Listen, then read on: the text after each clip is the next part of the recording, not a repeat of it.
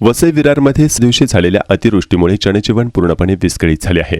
अनेक चाळी आणि इमारतींच्या तळमजल्यावरील घरांमध्ये गुडघाभर पाणी शिरल्यानं धान्य, कपडे आणि फर्निचरसह घरातील संसारोपयोगी वस्तूंचे मोठे नुकसान झाले.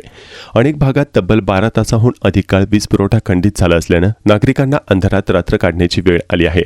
घरात चूल पेटली नसल्याने अनेक कुटुंबासमोर रात्रीच्या जेवणाचाही प्रश्न निर्माण झाला होता. अशा कठीण परिस्थितीत वसईतील समाधान फाउंडेशन या सामाजिक संस्थेने पूरग्रस्त इमारतींमध्ये जाऊन गरजू नागरिकांना अन्नाचे वाटप केले. उपाशीपोटी बसलेल्या कुटुंबांना या मदतीमुळे मोठा दिलासा मिळाला आणि संकटाच्या काळात माणुसकीचा खरा चेहरा पाहायला मिळाला. मात्र दुसरीकडे वसईतील अंबाडी नाका परिसरातील जय संतोषीमा इमारतीत अत्यंत संतापजनक प्रकार घडल्याचा आरोप रहिवाशांनी केला. तळमजल्यावरील 3 कुटुंबांच्या घरात पाणी भरल्याने त्यांनी रात्र टेरेसवर काढण्यासाठी सोसायटीच्या सचिवांकडे टेरेसची चावी मागितली.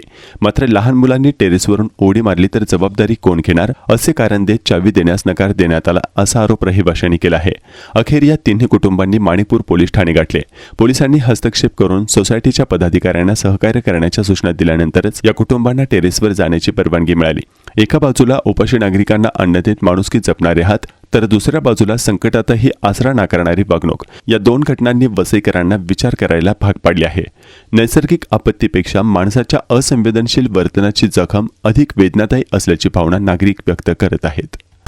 मेरा नाम अलाउद्दीन है। मैं इसमें बाड़ोत्री से रह रहा हूँ, जय संतोषी माँ बिल्डिंग में। और पुलिस स्टेशन जाने का कारण ये है, सोसाइटी का जो चेयरमैन, सेक्रेटरी जो भी हैं, वो लोग से चाबी मांगा गया, वो लोग चाबी नहीं दे रहे हैं। बोल रहे हैं टेरेस पे अलाउड नहीं है।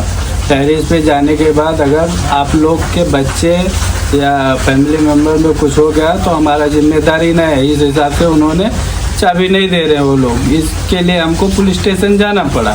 मतलब क्यों चाबी मांग रहे थे आप? रहने के लिए ऊपर, यहाँ पानी घर में पड़ा भरा हुआ, तो घर में कितना टाइम तक आदमी रहेगा?